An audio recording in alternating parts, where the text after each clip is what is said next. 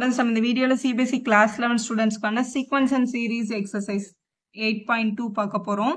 Question number 11ல இருந்து பார்க்கலாம். இதுல முதல் 10 questions ஆல்ரெடி நம்ம சேனல்ல அவைலபிளா இருக்கு. So 11thல evaluate இப்படி கொடுத்திருக்காங்க. summation k is equal to 1 to 11 2 plus 3 per k ன்னு இருக்கு. இது எப்படி சால்வ் பண்றதுன்னு பார்க்கலாம். இந்த சிம்பிளை வந்து summation சொல்லுவாங்க. summation அப்படின்னா என்ன அப்படின்னா sum of all the values ன்னு அர்த்தம். sum of the values வந்து k is equal to 1ல இருந்து 11 வரைக்கும் இதை ஆட் பண்ணணும். அதாவது ஃபர்ஸ்ட் k க்கு வந்து 1 போடணும். இப்போ 2 plus 3 per 1. அப்புறம் அடிஷன் சிம்பிள் போட்டு திருப்பி k க்கு பதிலா 2 போடணும். அப்போ 2 plus 3 per 2 plus அடுத்து k க்கு பதிலா 3 போடணும். 2 plus 3 per 3 இப்படியே எழுதிட்டே வந்து 11 வரைக்கும் ஆட் பண்ணுங்க அப்படின்னு சொல்லியிருக்காங்க. அப்போ 2 plus 3 per k இதுதான் kல k க்கு பதிலா 11. ஸோ 11 வரைக்கும் ஆட் பண்ணுங்க. இதுதான் உங்களோட கொஸ்டின். இதுல வந்து மொத்தம் 11 டேர்ம்ஸ் இருக்கும். இது ஒரு டேர்ம் இது ஒரு டேர்ம் இப்படி பார்த்தா நமக்கு வந்து 11 டேர்ம்ஸ் இருக்கு டோட்டலா. இப்போ இதுல 2 எல்லாம் தனியா எடுத்துக்க போறோம். 2 plus 2 plus 2 plus ன்னு சொல்லி எத்தனை டைம்ஸ் எழுதணும்? 11 டைம்ஸ் எழுதணும். நம்ம அதை 11 டைம்ஸ் அப்படின்னு எழுதிக்கிட்டா போதும். Plus 3 per 1 3 per 2 3 per 3 so on up to 3 per 11.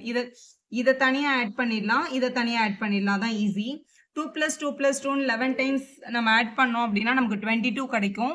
அதை நம்ம டைரக்டாவும் எழுதலாம், இல்லைன்னா ஜிபி யூஸ் பண்ணி கண்டுபிடிச்சும் எழுதலாம். இப்போ ஜிபி யூஸ் பண்றது இதுக்கு எப்படி மேம் யூஸ் பண்றதுன்னா, இப்போ முதல் டேர்ம் வந்து இதுல ஏ, அப்போ ஏ வந்து 2. இந்த டேர்மோட ரேஷியோ கண்டுபிடிக்கணும்னா 2/2 கண்டுபிடிச்சா 1 வருது. அப்போ ரேஷியோ 1 வந்தது அப்படின்னா நம்மளோட எஸ்என்னோட ஃபார்முலா பார்த்தீங்கன்னா NA. அப்போ சம் ஆஃப் 11 டேர்ம்ஸ்ன்றதுனால 11 இன்ட்டு ஏயோட வேல்யூ வந்து 2வா இருக்கிறதுனால 22 தான் இதோட ஆன்சர். அப்போ இந்த ஃபர்ஸ்ட் போர்ஷனோட ஆன்சர் நம்ம கண்டுபிடிச்சிட்டோம். இப்போ இந்த செகண்ட் போர்ஷனோட ஆன்சரையும் கண்டுபிடிச்சு ஆட் பண்ணிக்கலாம். இப்போ இதுல ஏயோட வேல்யூ பாருங்களேன், ஏ வந்து 3 per 1 அப்போ 3 தான். ஆரோட வேல்யூ A2/A1 டிவைட் பண்ணி பார்க்கணும்.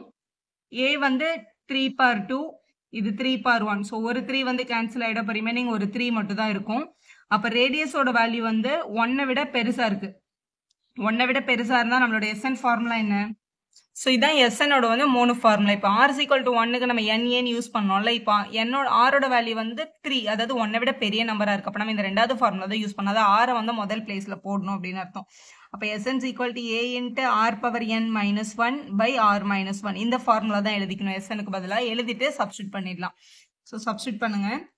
ஸோ ஏக்கு பதிலாக 3 இருக்கு. அப்போ 3 multiple by R power n. R வந்து நமக்கு வந்து 3. n அப்படின்றது என்னன்னா நம்பர் ஆஃப் டேர்ம்ஸ். இதுல மொத்தம் நம்பர் ஆஃப் டேர்ம்ஸ் வந்து 11 இருக்கிறதுனால இந்த n-க்கு பதிலாக நமக்கு 11 கிடைக்கும். மைனஸ் 1 டிவைடட் பை 3 மைனஸ் 1 அப்படின்னு எழுதிக்கலாம். 3 மைனஸ் 1ஓட வேல்யூ வந்து 2 தான்.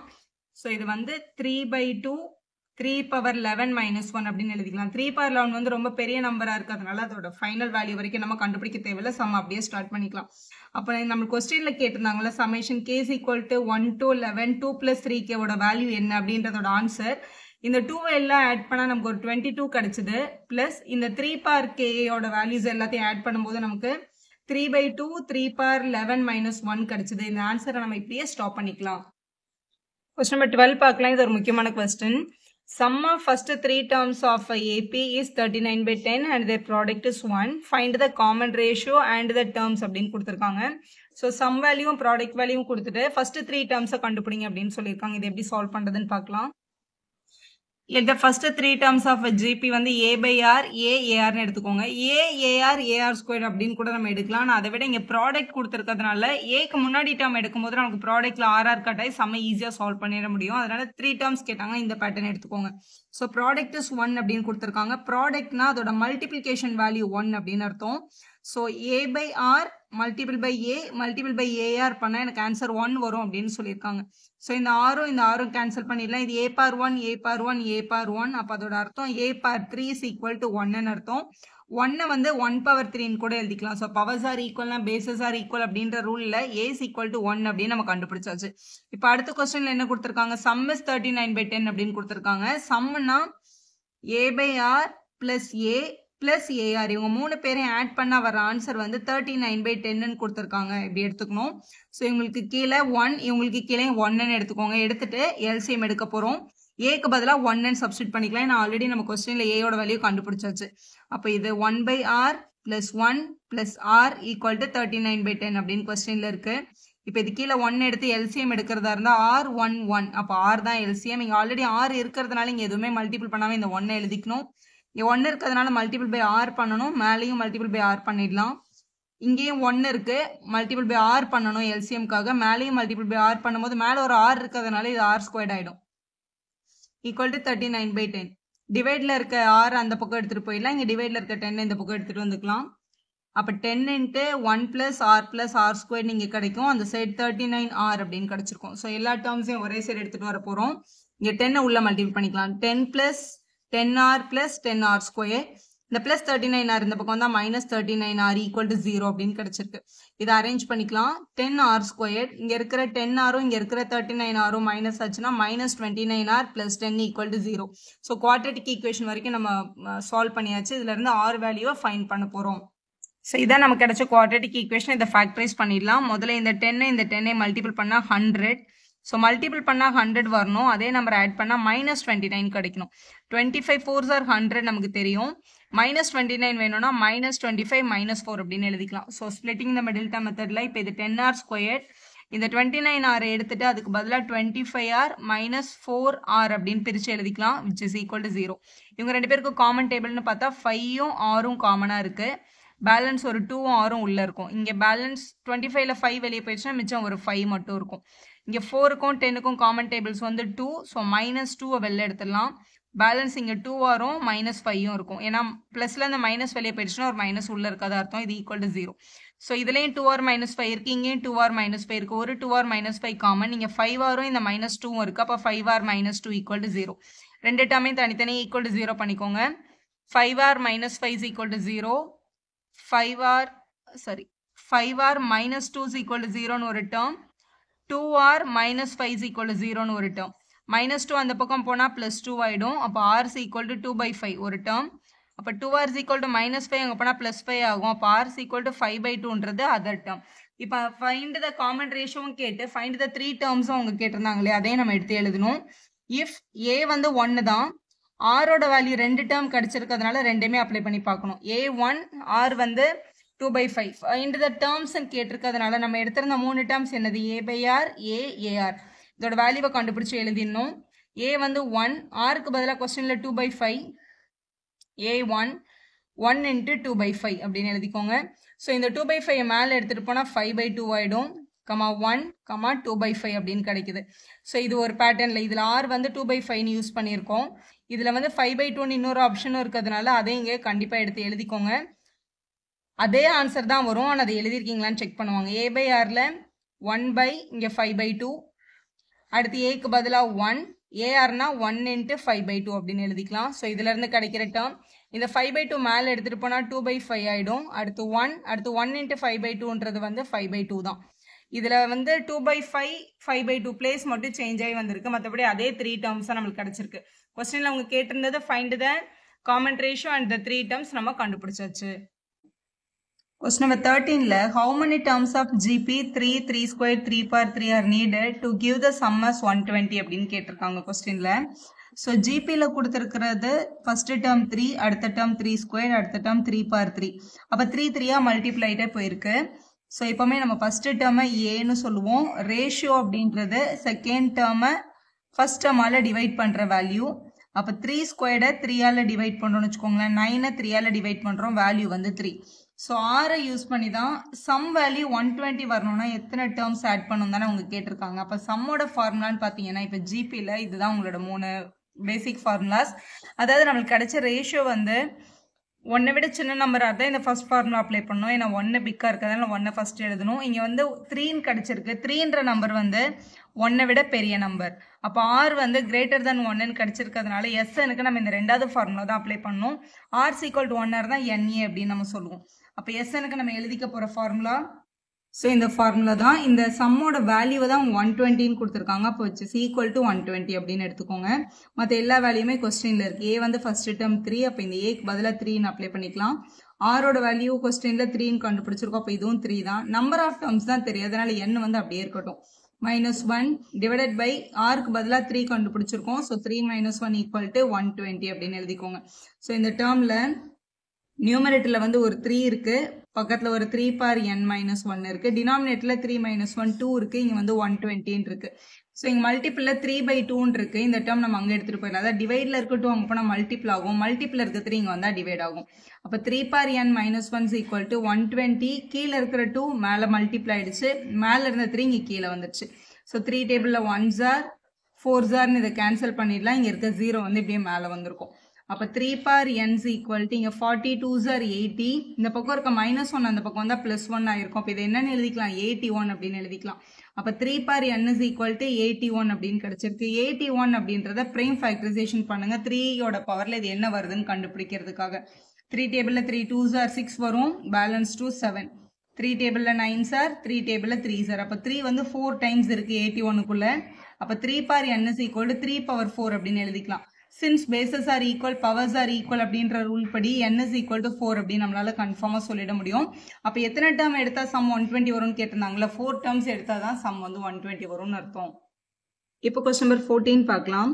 Sum of first 3 terms of GP is 16. Sum of next 3 terms is 128. Determine the first term and the common ratio and sum to n terms of the GP. ரெண்டுமே கேட்டிருக்காங்க.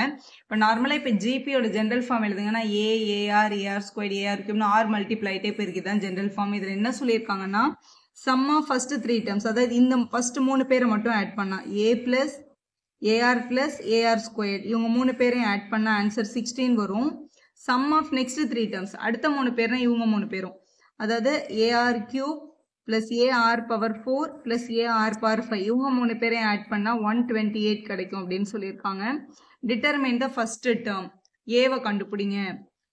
Determine the first term and the common ratio, ஆரையும் கண்டுபிடிக்கணும். Sum to n terms of the ஜிபினா SN-ஐயும் find பண்ணணும். இது 3 கொஸ்டினுமே இதில் இருக்கு. இது எப்படி சால்வ் பண்ணுறதுன்னு பார்த்துடலாம். இப்போ இந்த ஃபர்ஸ்ட் ஈக்குவேஷன்ல இருந்து ஏவை காமனா வெளியில எடுத்துடலாம். இப்போ ஏவை நம்ம வெளியில எடுத்துட்டோம் அப்படின்னா உள்ள வந்து ஃபர்ஸ்ட் டேர்ம்ல எதுவுமே இருக்காது. அப்போ 1 பிளஸ் இதுல வந்து ஆர் மட்டும் இருக்கும். ஆர் பிளஸ் R² = 16 இப்படி இருக்கு. ரெண்டாவது ஈக்குவேஷன்ல காமன் பாத்தீங்கன்னா ஏவும் காமன், ஆரோட டேர்ம் எல்லாத்துலயுமே இருக்கு. R⁴, R⁴, R⁵.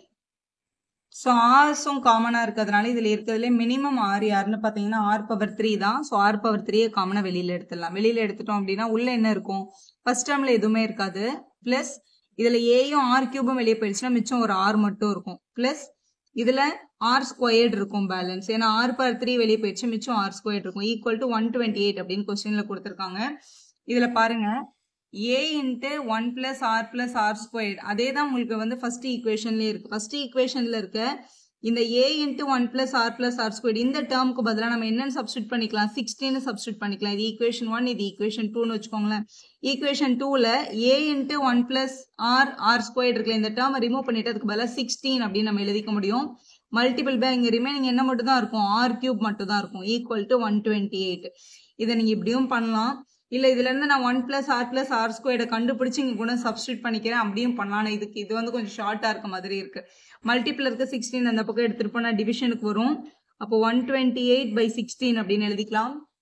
ஸோ இதை கேன்சல் பண்ணிட முடியும் நம்மளால. ஸோ கேன்சல் பண்ணா 2 டேபிள்ல 64 டைம்ஸ், இது 2 டேபிள்ல 8 டைம்ஸ் கிடைக்கும். திருப்பியும் 8 டேபிள்ல கட் பண்ணிருங்க. 8 1s are 8 8s are. அப்போ R³ = 8 அப்படின்னு கிடைக்குது. 8 அப்படின்றத பிரைம் ஃபேக்டரைசேஷன் பண்ணோம் அப்படின்னா நமக்கு 2³ கிடைக்கும். ஸோ R³ = 2³ பேசஸ் ஆர் ஈக்குவல்னா பவர்ஸ் ஆர் ஈக்குவலா இருக்கிறதுனால பேசஸ் ஆர் ஈக்குவல். அப்போ ஆரோட வேல்யூ என்னதான்? கண்டிப்பா 2 தான். ஸோ ஆரோட வேல்யூ 2ன்னு கண்டுபிடிச்சாச்சு. இப்போ கொஸ்டின்ல என்னெல்லாம் கேட்டிருந்தாங்க? ARSN கேட்டிருந்தாங்களே, நம்ம இதுல எதுதான் கண்டுபிடிச்சிருக்கோம்? ஆர் மட்டும் தான் கண்டுபிடிச்சிருக்கோம். இப்போ ஏ கண்டுபிடிக்கிறதுக்கு ஆரோட வேல்யூ எடுத்துட்டு போய் ஏதாவது ஒரு ஈக்குவேஷன்ல சப்ஸ்டியூட் பண்ண போறோம். ஸோ ஈக்குவேஷன் 1ல சப்ஸ்டியூட் பண்ணிக்கலாம். So substitute R in equation 1ன்னு போட்டுட்டு இந்த ஈக்குவேஷன் 1ல A அப்படியே இருக்கும்.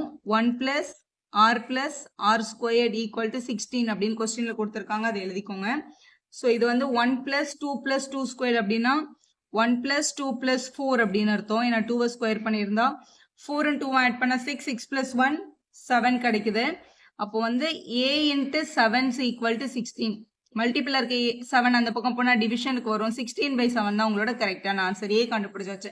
அடுத்து நம்ம SN கண்டுபிடிக்க போறோம். SN-ஓட பேசிக் ஃபார்முலா, ஜிபியோட SN ஃபார்முலா இவங்க தான். இதுல வந்து ஆரோட வேல்யூ வந்து எப்படி இருக்குன்றதை பேஸ் பண்ணி தான் SN ஃபார்முலா எடுக்கணும். இதுல ஆரோட வேல்யூ +2 வந்திருக்கு. +2ன்றது வந்து 1-ஐ விட பெரிய நம்பர்.